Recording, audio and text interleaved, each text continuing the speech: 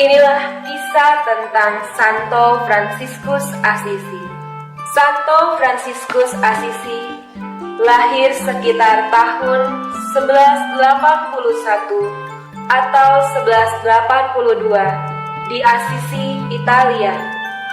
Ayahnya seorang pedagang kain yang kaya raya, bernama Pietro Bernardone, dan ibunya seorang yang taat kepada Tuhan, bernama Donna Pica. Fransiskus muda hidup dalam kekayaan, kemewahan, dan pesta pora. Ketika ia sedang berpesta bersama seluruh teman-temannya, Mari kita berpesta. datang Tuhan, kasihanilah saya, Tuhan. salah seorang temannya mengusir pengemis itu. Bus, pergi sana.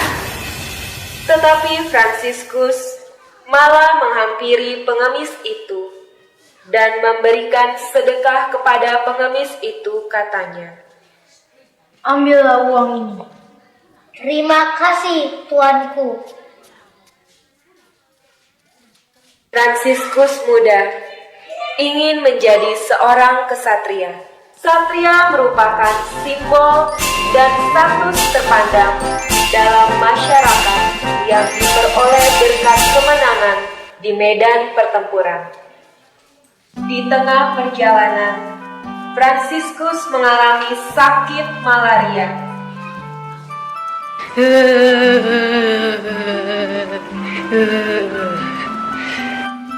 Dan beristirahat di sebuah penginapan bersama kesatria lainnya. Ketika ia sedang tidur dan bermimpi, ada cahaya terang, dan kemudian suara Tuhan menyapa Fransiskus.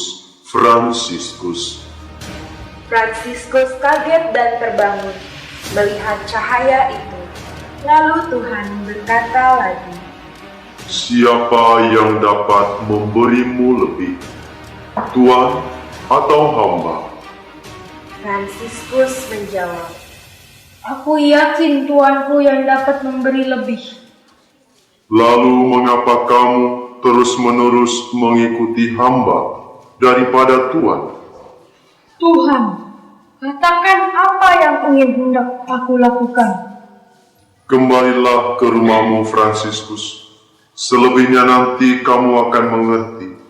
Kejayaanmu akan lebih daripada medan pertempuran. Kemudian ia pergi kembali ke Assisi dan tidak melanjutkan perang. Ayahnya sangat marah karena merasa dipermalukan karena ia mempunyai seorang anak yang pengecut. Tetapi Fransiskus Assisi tetap pada pendiriannya. Ia kemudian membantu ayahnya berdagang. Fransiskus berhasil menarik banyak pembeli. Di tengah ia berdagang, ia juga memberi makan gratis kepada seluruh rakyat miskin. Akan tetapi, hal itu diketahui oleh ayahnya, sehingga ayahnya sangat marah.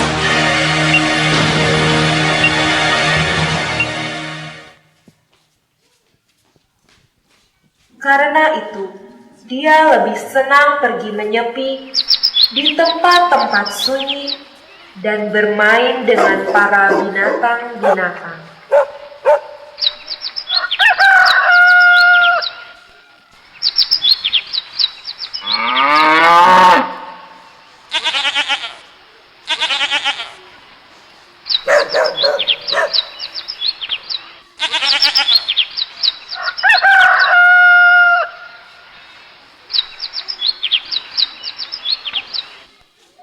Suatu hari, ia pergi ke sebuah gereja. Di tengah ia berlutut, berdoa di depan salib itu. Fransiskus mendengar suara yang keluar dari bibir Yesus yang tersalib. Fransiskus, pergi dan perbaikilah gerejaku yang kau lihat hampir roboh ini. Awalnya Fransiskus memahami gereja sebagai bangunan fisik. Maka mulailah Fransiskus membangun gereja dengan menghayati Injil secara radikal dalam hidupnya. Ia menjual kain-kain dagangannya tanpa sepengetahuan ayahnya. Ketika Pietro Bernardone sampai di rumah, marahlah ia dan mengusir Fransiskus karena ia menganggap tingkah laku anaknya sudah gila. Fransiskus pergi menanggalkan pakaian bagusnya dengan hanya memakai kain dan berikat tali saja. Ia mulai membangun gereja. Ketika ia sedang mengumpulkan batu, ada sekumpulan anak-anak kecil yang melemparinya batu sambil berlari. Siapa yang bersedia menyumbang batu bagi rumah Tuhan? Hei gembel, ambil ini batumu.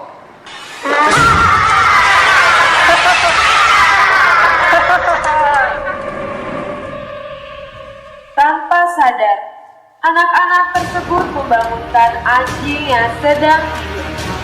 Karena kesal, anjing itu mengejar para anak-anak itu.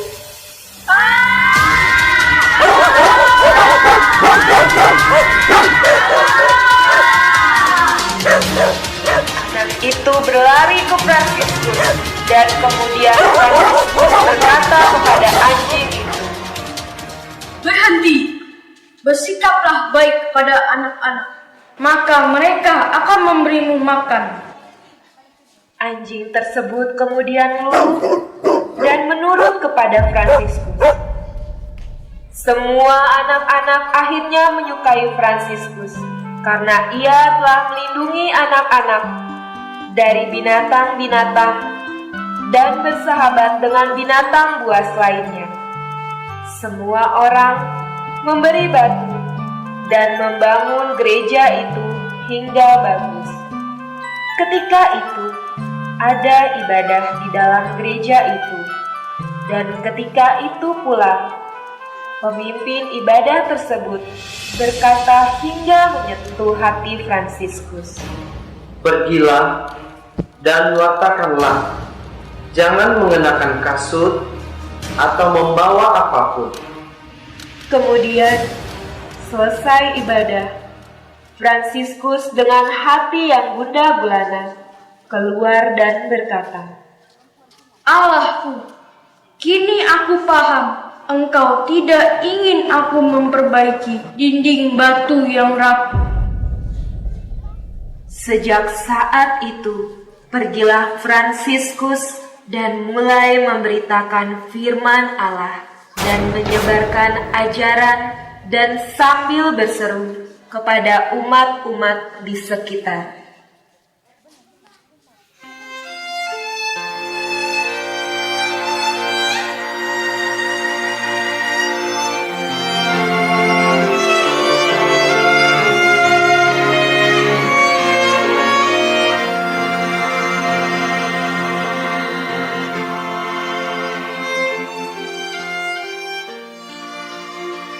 Tuhan, jadikanlah aku pembawa damai. Bila terjadi kebencian, jadikanlah aku pembawa cinta kasih. Bila terjadi penghinaan, jadikanlah aku pembawa pengampunan. Bila terjadi perselisihan, jadikanlah aku pembawa kerukunan. Bila terjadi kebimbangan, jadikanlah aku pembawa kepastian. Bila terjadi kesesatan, jadikanlah aku pembawa kebenaran. Bila terjadi kecemasan, jadikanlah aku pembawa harapan. Bila terjadi kesedihan, jadikanlah aku sumber kegembiraan.